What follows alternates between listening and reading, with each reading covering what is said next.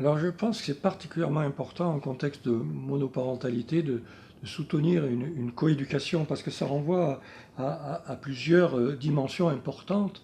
D'abord, évidemment, ça va permettre à la mère de sortir de la tendance au repli sur l'enfant.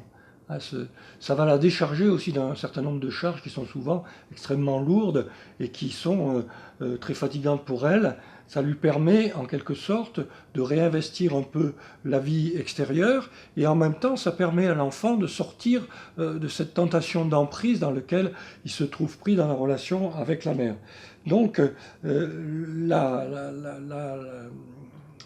la difficulté, ça va être de suffisamment écouter les mères en situation monoparentale, de suffisamment les soutenir pour qu'elles arrivent à élaborer leur situation monoparentale dans le sens de l'ouverture, de la réouverture à la vie sociale et ce qui va permettre l'ouverture de l'enfant vers d'autres acteurs de son éducation. Donc ça, c'est je crois quelque chose d'important, cette réouverture au social, et ça va permettre aussi, bien sûr, par rapport à l'éducation,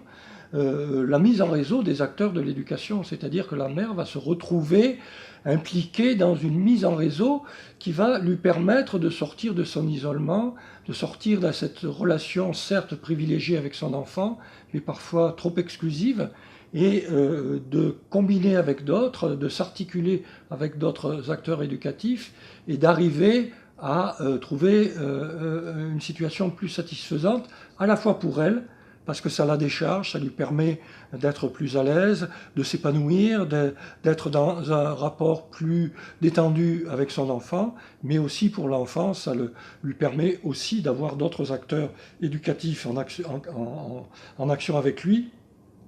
et de sortir de cette tentation du repli sur la relation mère-enfant qui est caractéristique évidemment des situations monoparentales.